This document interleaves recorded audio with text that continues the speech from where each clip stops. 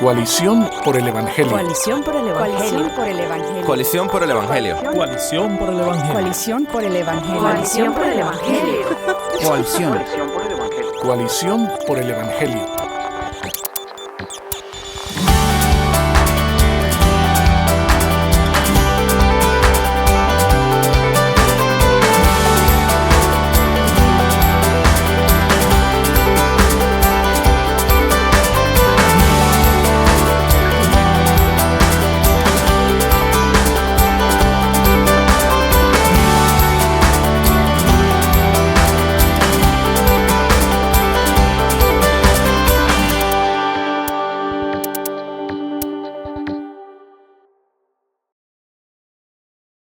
Muy buenas tardes, muy buenos días para todos los que nos escuchan. Estamos aquí, Jairo Namnun, director editorial de Coalición por el Evangelio, y Steven Morales desde Guatemala, Santa Guatemala de la Asunción, en este cuarto programa de Coalición por el Evangelio Radio. Yo estoy aquí en Santo Domingo, como decía, en la República Dominicana, en los estudios de Radio Eternidad, y este es nuestro cuarto programa donde vamos a estar hablando del tema de la iglesia. Resulta que en el primer programa estuvimos hablando de por qué una coalición por el Evangelio. Luego hablamos de cómo entrar en la Biblia, hablamos la semana pasada sobre el corazón del adorador, y en este tiempo vamos a hablar del lugar donde todo eso ocurre, y es en la iglesia. Así que el tema de este día, el título para este programa será La iglesia prevalecerá, y ya desde el título mismo estamos aprendiendo algo. En este caso también nos acompaña desde aquí de la República Dominicana el pastor Miguel Núñez. El pastor Miguel es pastor en la Iglesia Bautista Internacional. Es presidente de Integridad y Sabiduría, el Ministerio de Integridad y Sabiduría. Es doctor en medicina, también doctor en teología. Y para la gloria de Dios y por la gracia de Dios es conocido por su celo por la verdad de Dios y por la santidad de Dios a lo largo del continente y del mundo hispanohablante. Miguel, gracias por estar con nosotros. Gracias a ti, Jairo. Es bueno poder compartir con ustedes tempranamente en esta serie de programas acerca de diferentes asuntos muy pertinentes para la iglesia de todos los tiempos, pero especialmente para nuestra generación. Sin lugar a dudas, y yo creo que con eso ya, Miguel, ya diste la introducción. Hablamos de la iglesia. ¿Qué es la iglesia? ¿Cuál es la importancia de la iglesia? ¿Por qué tomar tiempo de nuestro programa o de cualquier cosa para pensar sobre la iglesia? Bueno, yo creo que la mayoría de las personas cuando piensan en iglesia piensan en un edificio, y eso es lo que la iglesia no es realmente. La iglesia es un grupo de personas para comenzar, y luego tenemos que caracterizar qué tipo de personas. Son personas redimidas, y son redimidas porque desde toda la eternidad Dios Padre ha hecho una elección de ellas. Entonces son personas elegidas de toda la eternidad por el Padre, justificadas o perdonadas en la cruz por la segunda persona de la Trinidad, Jesucristo, y luego eventualmente regeneradas en el tiempo, en la medida en que las generaciones van pasando, por el Espíritu Santo. Y ese grupo de personas, pasado, presente y futuras, incluso en la mente de Dios, constituyen parte de lo que Dios concibe como la iglesia o la iglesia verdadera. Y yo quise decir todo eso de esa manera, no solamente porque es la forma correcta de ver la iglesia, sino también para poderla diferenciar de lo que la mayoría de la gente entiende como la iglesia. Hay una iglesia local visible que se reúne en un edificio X. En esa iglesia, si es una iglesia donde se predica la palabra, hay dos grupos de personas. Hay personas verdaderamente redimidas, nacidas de nuevo, que Cristo justificó en la cruz, pero asisten personas no regeneradas, no convertidas, que no han nacido de nuevo, son sinónimos de todo, de la misma cosa. Personas que están ahí, que pueden ser incluso fieles en asistencia, pero que no pertenecen a esa iglesia verdadera de que hablamos, pero pertenecen a una iglesia local. Pueden ser incluso miembros de una iglesia local. Pero esa iglesia pueden ser pastores de una iglesia local. Pueden ser pastores de una iglesia local. Pueden ser diáconos, pueden ser líderes de adoración. Y entonces forman parte de una iglesia local. Pero ese grupo de personas no redimidas no son parte de ese otro grupo de que hablamos, que podríamos hablar de la iglesia verdadera. Entonces, esa iglesia local puede ser bautista, metodista, presbiteriana, incluso independiente. Y entonces, a lo largo del mundo, hay un grupo de iglesias enorme, millones de iglesias quizás, que componen lo que llamamos la iglesia universal. La iglesia a lo largo, repartida, si tú quieres, expandida por toda la tierra. Y en esas iglesias locales, también repartidas por la tierra, también hay creyentes y no creyentes. Pero cuando pensamos en la iglesia, no una iglesia, sino la iglesia, nos estamos refiriendo al grupo de personas redimidas, elegidas de toda la eternidad, y que el Padre le dio a Cristo como una ofrenda de amor, como algunos han llamado, y que hoy entonces en la mente de Dios forman parte de ese conjunto pasado, presente y futuro, personas que todavía no han entrado al reino, pero que en la mente de Dios forman parte de su iglesia todavía futura, y que nosotros todavía no hemos visto como parte de la familia de Dios aún. Entonces, pastor, perdón, como usted menciona, o como usted bien dice, la iglesia no es tanto un evento, un simple edificio, o a lo que nosotros siempre referimos como un lugar a donde voy a ir tal vez 1 o 2 o 3 veces a la semana, sino que es una comunidad de personas que han experimentado la salvación de Dios y ahora pertenecen a Dios y están en su familia. ¿Por qué es tan importante, especialmente en nuestro contexto, definir eso y tener una definición clara de lo que es la iglesia? Bueno, yo creo que es vital, es importante en esta generación y probablemente a lo largo de todas las generaciones, simplemente porque a lo largo de los siglos han habido iglesias o edificios donde la palabra de Dios ni siquiera se predica. Y si la palabra de Dios no se predica, pues sería difícil de catalogarlo como una verdadera iglesia, pero todo el mundo entiende que esa es una iglesia. Primero, porque tiene un edificio; segundo, porque acuden personas; tercero, porque tiene incluso a veces un adjetivo denominacional que la identifica como bautista, presbiteriana, metodista. Y entonces cuando esa iglesia anda mal o esa iglesia comete graves faltas, todo el mundo condena a la iglesia. La iglesia verdadera, la iglesia universal. Correcto. Y entonces muchas veces incrédulos usan esos malos ejemplos para poder condenar lo que es la iglesia verdadera comprada por Cristo y pensar que ninguno de los cristianos realmente tiene verdadero testimonio, y luego te dan estos ejemplos. Yo creo que eso sería una manera, no la única razón, para dejar claro lo que la iglesia es. Pero yo creo también, Stephen, que es importante que podamos recordar que aún dentro de la iglesia verdadera, los creyentes regenerados, nacidos de nuevo, seguimos siendo pecadores. Y que por tanto, aún esos verdaderamente redimidos, cuando fallamos, no si fallamos, pero cuando fallamos, mucha gente también usa esos ejemplos para decir que en realidad no se puede creer en ninguna iglesia. Y de ahí que Martín Lutero fuera tan claro y nos ayudó a entender que nosotros somos al mismo tiempo justos y pecadores. Justos porque Cristo nos justificó, y pecadores porque lamentablemente seguimos pecando. Pero el redimido verdadero que peca le duele, quiere arrepentirse, quiere devolverse, quiere mejorar su relación con Dios, sea en el mismo momento, un poco más tarde, al otro día, pero él no se queda ahí, a diferencia del incrédulo, que realmente él peca y continúa pecando y vuelve a pecar, y él no se duele por su condición, porque él no tiene cómo dolerse, porque es lo único que él sabe hacer. Claro, tiene el corazón duro todavía, tiene el corazón de piedra y no de carne. Así es. Ok, ya que hemos hablado un poquito sobre iglesia, y creo que, Miguel, que tú has hecho una distinción entre la iglesia verdadera, la iglesia universal y la iglesia local, constituyendo la local como el edificio que vemos y el grupo de creyentes y aún no creyentes juntos, la iglesia universal como todos el conjunto de iglesias locales unidas quizá a lo largo de la historia, y la iglesia verdadera como los creyentes elegidos por Dios, aquellos que conocen a Cristo Jesús y han entregado su vida a Él luego de arrepentirse de sus pecados. Yo creo que vale la pena entonces ver un poquito de la palabra, y vamos a compartir un poquito sobre el texto de Efesios 2, que Leo dice así, Efesios 2, 19 al 22. Así pues, ustedes ya no son extraños ni extranjeros, sino que son conciudadanos de los santos y son de la familia de Dios. Están edificados sobre el fundamento de los apóstoles y profetas, siendo Cristo Jesús mismo la piedra angular, en quien todo el edificio, bien ajustado, va creciendo para ser un templo santo en el Señor. En Cristo, también ustedes son justamente edificados para morada de Dios en el Espíritu.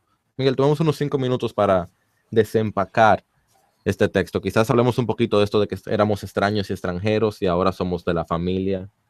Bueno, el apóstol Pablo le está hablando a gentiles, y en gran manera los gentiles eran vistos y estaban fuera del pacto, fuera de las promesas, y eran extraños, advenedizos, como dicen otras traducciones, de manera que ellos no formaban parte del pueblo de Dios. Y el pueblo judío, de hecho, algunos pensaban, quizás de una manera muy condenatoria, que Dios había hecho los gentiles para avivar el fuego del infierno. ¿Te imaginas la idea que tenían de los gentiles? Y los gentiles también tenían en el templo, tenían un lugar especial apartado, el atrio de los gentiles, donde ellos podrían venir y no pasar de ahí. De manera que ciertamente ellos eran como extraños a los pactos y extraños al pueblo de Dios. Pero cuando Cristo viene y entonces Él comienza a hacer extensiva esa salvación a los gentiles de una forma masiva, porque anteriormente también hubo algunos gentiles aquí y allí que recibieron salvación a lo largo de la historia, pero ya de una forma extensa, y lo incorpora dentro de una misma familia y lo hace a formar parte del nuevo pacto en su sangre. Entonces Pablo viene con la buena noticia y decirles que ya ustedes no son extranjeros, no son advenedizos, no son extraños a los pactos ni a las promesas. Ustedes forman parte integral de ese pueblo de Dios ahora distribuido a lo largo de la historia. Ya no somos dos pueblos separados, ya es un solo pueblo. Y eso realmente es como agua fresca en medio del desierto para ese grupo de personas. Sin duda, y eso explica por qué hoy la mayor parte de la iglesia no es judía. Así es. Pero eso ocurre, dice el texto, que edificado sobre el fundamento de los apóstoles y profetas.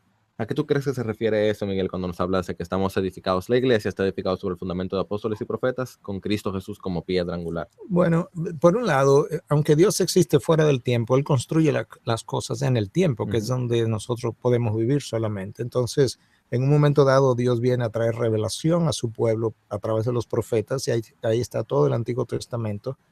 Pero llega un momento donde ahora el nuevo pacto es inaugurado, y entonces nosotros no continuamos con una línea de profetas, mayormente para la población judía, como pasó en el Antiguo Testamento, sino que ahora hay un nuevo oficio, y ese nuevo oficio son estos apóstoles que estuvieron con Cristo, caminando, siendo enseñados por el Señor Jesús, y entonces ellos forman un grupo especial. Los profetas en el Antiguo Testamento trajeron revelación infalible, inerrante, incuestionable de parte de Dios. Los apóstoles vinieron a hacer algo similar y a completar la revelación de Dios, que cuando la juntamos, los libros del Antiguo y los libros del Nuevo, 39 y 27, forman el canon completo de lo que Dios quiso que el hombre supiera, lo que Dios entiende que el hombre necesitaba. Ellos entonces forman el fundamento con Cristo como piedra angular. Claro. Entonces ellos forman el fundamento. ¿Por qué? Porque el resto de nosotros lo que está haciendo es construir sobre lo que ellos trajeron, sobre la revelación que ellos trajeron y completaron. Sobre la escritura. Exactamente. Nosotros solamente estamos repitiendo lo que ya ellos escribieron, y de ahí que ellos son el fundamento, y nosotros los replicadores, si tú quieres, de la verdad que Dios trajo a través de ellos. Porque eso es lo que... Entonces, nunca se ha tratado entonces de encontrar una nueva revelación, o incluso si regresamos al contexto de Efesios 2, que miramos un pueblo judío que Cristo viene a este pueblo judío y es el Mesías y cumple con la ley, y empieza a salvar a personas a través de su cumplimiento de la ley, su muerte en la cruz y su resurrección. Y vemos que el resultado no es solamente salvación para los judíos, pero también para los gentiles, y que ahora realmente no es tanto un pueblo judío o una familia judía, o que los gentiles se están convirtiendo en judíos, sino que Dios está estableciendo una nueva familia en sí mismo. Entonces, cuando mi pregunta entonces sería, cuando habla acerca de Cristo siendo la piedra angular, ¿está hablando únicamente del fundamento de los profetas y apóstoles en el sentido de esa revelación, o también está hablando de la naturaleza de la familia, como no sé cuál sería la palabra, de la iglesia? Bueno, yo creo que definitivamente Cristo es la piedra angular de esa iglesia. Él se lo reveló a Pedro de esa misma manera también. Él es la piedra o la roca sobre la cual nosotros estamos construyendo todo lo que existe. El Antiguo Testamento apuntaba a Cristo, y el Nuevo Testamento gira alrededor de Cristo, de tal manera que ya sea que apunte o que gira alrededor de la persona de Cristo, Cristo es ese centro, y por tanto todo lo que se construyó en el pasado anterior a Cristo estaba apuntando a Él y esperando por Él, Todo lo que se construye posterior a Cristo está construido sobre Él. Él es la garantía, Él es el ancla de eso que se está haciendo. De manera que, ciertamente, como tú decías, no es simplemente en términos escriturales que Cristo es la piedra angular, sino que también Él es la persona sobre la cual descansa la iglesia, y su garantía es justamente Él, la persona de Cristo, Dios mismo, la segunda persona de la Trinidad. Muy bien, Miguel. Yo creo que con eso podemos pasar a un break, a un pequeño espacio de descanso. Quizás terminar de leer el texto porque vamos a entrar a la segunda parte, en esta segunda parte del programa, y el texto continúa diciendo que en Cristo Jesús todo el edificio bien ajustado va creciendo para ser un templo santo en el Señor. En Cristo también ustedes son juntamente edificados para morar a Dios en el Espíritu. Yo creo que ese tema del templo santo en el Señor y de crecer en el Señor nos va a introducir un poquito al lugar de la iglesia ante la sociedad actual. Así que vamos a tomar un pequeño descanso, unos pequeños minutos, y en breve regresamos. Muy bien, y regresamos con esta segunda parte de este cuarto programa de Coalición por el Evangelio en la radio. Estamos hablando de la iglesia prevalecerá y tenemos como invitado al pastor Miguel Núñez desde aquí de Santo Domingo, República Dominicana. Miguel, nos quedamos en la primera parte hablando sobre Efesios 2, de cómo la iglesia está compuesta por extranjeros anteriores que ahora son ciudadanos y familia de Dios, edificados sobre el fundamento de los apóstoles y profetas, de quien hablamos que nos dieron la escritura, y con Cristo Jesús como piedra angular, que es la base, es el tema central de toda la escritura, pero es también el tema central de la vida de la iglesia y la piedra sobre la cual, bueno, en Jesucristo firme estoy. Jesucristo es el tema, es el sujeto y el objeto. El sujeto y el objeto de las escrituras. De las escrituras, sin lugar a dudas. Y es el centro de la iglesia también, de la vida de la iglesia. La iglesia, de hecho, es el regalo del Padre hacia el Hijo.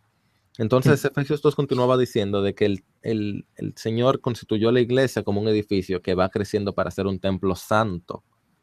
Y eso nos trae un poquito a la idea de qué tiene que ver esto, o qué significa que la iglesia es un templo santo en el Señor, y cómo luce eso al estar en un mundo caído, en un mundo que para nada es santo, en un mundo inmundo.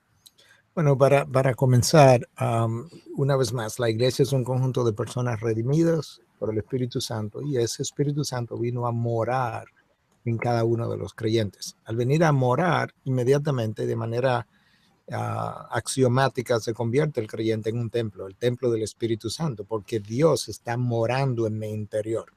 Eso no es algo que yo ni siquiera decido, es algo que yo de repente paso a hacer, y que ahora Dios entiende que yo debo tratar ese templo, la morada que yo ahora soy del Espíritu, de una manera santa, y la manera de tratarlo santamente es viviendo una vida de santidad, una vida dirigida por el Espíritu, en sujeción al señorío de Cristo, de tal forma que yo pueda honrar la persona que mora en mí, yo puedo honrar la persona que murió por mí, yo puedo honrar la persona que me eligió a mí, y que de esa forma entonces yo pueda ser un reflejo de su carácter, con limitaciones obviamente por mi misma naturaleza pecadora, y también por mi naturaleza de criatura, que no soy Dios, no soy el creador. Pero yo necesito ser el mejor reflejo posible de aquella persona que me eligió, que me redimió y que me regeneró.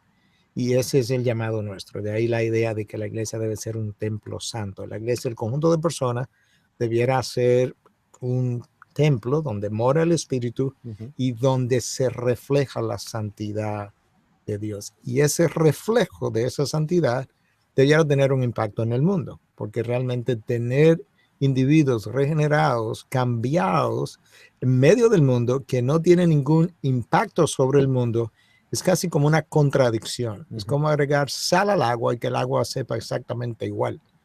Es como traer un poco de luz a este salón oscuro y que la oscuridad no sea disipada. En cualquier grado, la oscuridad debiera ser disipada. Y de ahí entonces el llamado de ese templo santo, o de esa iglesia, o de ese creyente que pertenece a una iglesia, a hacer justamente aquello que Cristo nos llamó, a ser sal de la tierra y luz del mundo. Yo creo que nosotros conocemos esos versículos o ese pasaje. Yo creo que lo hemos oído, lo hemos estudiado, lo hemos predicado, pero yo veo mucho menos de ese efecto de sal y luz en la tierra o alrededor de aquellos que son regenerados, que lo que se proclama o enseña dicho pasaje. Yo creo que eso es uno de los problemas de la iglesia de hoy en día, o quizás a lo largo de los siglos o de los años. Y yo creo que es algo. Entonces, en otras palabras, una manera de describir ese problema sería que la iglesia hoy en día realmente no entiende el lugar de las buenas obras. Tal vez entiende que, o ha llegado a un entendimiento de que Dios es gracia y la salvación es por gracia, que no es por obras. Entonces piensa, ok, entonces, ¿para qué sirve hacer buenas obras? ¿Para qué tengo que obedecer a Dios si mi salvación no depende de mi comportamiento? Pero eso también es una interpretación incorrecta de lo que está hablando Jesús en Mateo 5 y Pablo luego en Efesios 2, cuando habla que la salvación sí es por gracia, pero es también para que podamos hacer buenas obras y parte de hacer esas buenas obras es obedecer, porque cuando obedecemos nos parecemos más y más a Cristo, y cuando hacemos eso somos santos como Cristo es santo, ¿verdad? Entonces, no sé si nos podría, cuáles son algunas maneras de cuidarnos de esa, y Jairo también, cuáles son algunas maneras de cuidarnos de esa, de pensar así, de olvidar, sí, esa falta. Bueno, lamentablemente yo creo que muchos de los errores de la iglesia donde se enseña buena doctrina, es la falta de balance en la enseñanza. Porque alguien pudiera enseñar acerca de la gracia, por ejemplo, todo el tiempo, y yo poder estar de acuerdo 100% en lo que se enseñó. Pero si no me enseñan la responsabilidad que yo tengo ahora como un individuo que ha sido receptor de la gracia de Dios, para con el resto de lo que está a mi alrededor, entonces la enseñanza está desbalanceada. Y de ahí que el apóstol Pablo insistía continuamente que teníamos que enseñar todo el consejo de Dios. Y parte de la enseñanza del consejo de Dios es justamente el efecto de sal y luz de ese creyente. La sal, como sabemos, es un elemento preservador, y la luz obviamente disipa la oscuridad, y la oscuridad es el símbolo por excelencia del pecado. D.A. Carson escribió un comentario sobre el Sermón del Monte, y en ese comentario él habla, no lo puedo citar completamente, pero puedo parafrasear lo que él dice. Es algo así como esto, que cuando el cristiano ha estado menos enfocado en su mundo privado, en su comodidad, y cuando él ha estado menos enfocado en sí mismo, ese cristiano siempre ha sido punta de lanza en la sociedad para producir los cambios que han incluido, y entonces él da varios ejemplos que tienen que ver con la abolición de la esclavitud, el mejoramiento de las condiciones penitenciarias, el cambio de las leyes, la educación pública, el lugar de la mujer en la sociedad, el sistema hospitalario, el sistema de educación. Esa es la realidad. Ciertamente, si la iglesia es la institución definida en el Nuevo Testamento como columna y sostén de la verdad, todas las demás instituciones dependen de la iglesia como columna de la verdad. No hay ningún otro lugar donde esa verdad pudiera ser encontrada que no sea en la iglesia, en el sentido de que ella es la proclamadora de la verdad de Dios. O sea, la iglesia no es la verdad, pero ha sido a lo largo de los siglos el micrófono a través del cual Dios ha proclamado su verdad. Y entonces ese es el lugar que la iglesia muchas veces no ha llenado, el de proclamar la verdad, número uno, y el del cristiano que escucha la verdad el domingo, ir el lunes, martes, miércoles, jueves, viernes, sábado en su sociedad, vivir esa verdad y vivir para que esa verdad no solamente sea vista, no solamente que sea escuchada, sino que sea escuchada de una manera tan convincente que haya gente que está haciendo cambios en esas áreas que mencionamos, como fruto de escuchar la verdad, incluyendo a veces sin haberse convertido, simplemente porque vio que hay una fuerza en el argumento de verdad en sí mismo, y tú puedes ver eso a lo largo de la iglesia, de la historia. Esa verdad predicada luego es encarnada en el individuo que genuinamente la cree. Correcto. Y vale la pena decir que Cristo claramente enseña que la luz de ustedes debe brillar delante de los hombres, hablándonos a nosotros, a la iglesia, a los discípulos, para que vean sus buenas acciones y glorifiquen al Padre que está en los cielos. O sea que parte de, digámoslo así, parte de la gloria de Dios está en las buenas acciones que los hombres cometen para reflejarle, para brillar la luz de Él. Porque Dios no necesita mis buenas obras. Definitivamente. Pero sí la necesita mi hermano. Bueno, en 15 segundos, una ilustración. Wilberforce es el agente que Dios usa en Inglaterra para la abolición de la esclavitud.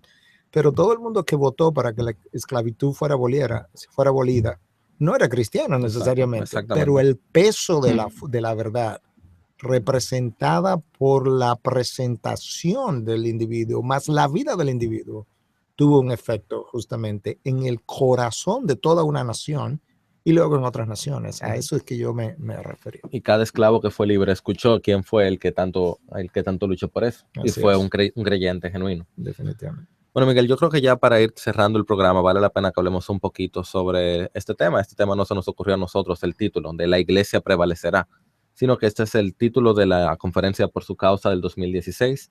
¿Tú puedes hablarnos un poquito de ella? ¿Por qué ese tema? ¿Quiénes vienen? ¿Por qué vienen ellos? ¿Qué lo hace relevante? ¿Por qué es importante ahora hablar sobre la Iglesia prevalecerá? Claro, con mucho gusto. Esta es la 5ª conferencia por su causa. Comenzamos en el 2010 y ahora en el 2016 estamos haciendo la número 5. El tema fue elegido justamente por el tiempo que estamos viviendo. Estamos en medio de una revolución moral donde algunos creyentes incluso se han amedrentado pensando en la posibilidad de la sobrevivencia o no de la iglesia, lo cual es una contradicción. Cristo garantizó que la iglesia prevalecería y que las puertas del Hades no prevalecerían contra ella. De manera que no importa cuántos rujan los vientos, no importa cuántos gobernantes quieran levantarse contra ella, cuántos embajadores se han enviado a otras naciones, como el caso de nuestra nación, con principios contrarios a la fe cristiana, nosotros podemos garantizar en palabras, repitiendo las palabras de Cristo, simplemente que la iglesia prevalecerá contra todo eso, contra viento y marea, simplemente por quien dio la garantía. Entonces, lo que yo quería o queremos es que el creyente que venga se vaya animado de que él pertenece a un cuerpo de individuos de origen sobrenatural, no porque nosotros lo somos, sino porque Dios nos dio origen a nosotros como redimidos, y que Dios, como la piedra angular, en la persona de Cristo, garantiza el triunfo de la verdadera iglesia, y que esa verdadera iglesia prevalecerá a lo largo de los tiempos hasta que Cristo regrese, y que no hay manera de hundirla, no importa cuánto conspiren contra ella, no hay forma posible, ni en el cielo, ni en la tierra, ni en el infierno, de hundir la iglesia, y que su verdad y la persona de Cristo prevalecerán. Entonces, esa es la idea del tema. La idea de la conferencia es que la gente venga, se vaya animada, reciba, escuche la predicación de hombres de Dios que han estado ahí en la palestra defendiendo la palabra, predicando la palabra. Algunos de ellos, Al Mohler, John MacArthur, fieros defensores de la verdad de Dios en medio de una sociedad que ha atacado tanto la iglesia hoy en día y que ellos la han defendido también. A lo largo de los años, no es algo nuevo. Correcto. Sí. Y Mark Dever, que es un gran creyente en lo que es la iglesia local. No que los otros dos no lo sean, sino que una de las cosas que distingue el ministerio de Mark Dever, o 9 marcas, es justamente la importancia y el peso que él ha dado a lo que es la iglesia local y la necesidad de tener iglesias sanas. Entonces yo creo que era una persona también ideal para que participara de una conferencia de esta naturaleza. Y estamos súper contentos, animados y confiados en Dios de que creemos que será de gran impacto en nuestra región. Miguel, ¿cómo pudiéramos orar por esa conferencia? ¿Cómo pudiéramos orar por ti y por el Ministerio de Integridad y Sabiduría? Para aquellos que nos escuchan. Bueno, gracias en primer lugar por la inspiración de aquellos que tenemos que predicar, hablar, ministrar en diferentes capacidades. Porque si Dios no está con nosotros, nada va a ocurrir. No importa quiénes vengan, no importa cuán grandes sean sus nombres o cuán conocidos. Si Dios no está en medio de esto, nada va a ocurrir. Yo creo que eso es uno.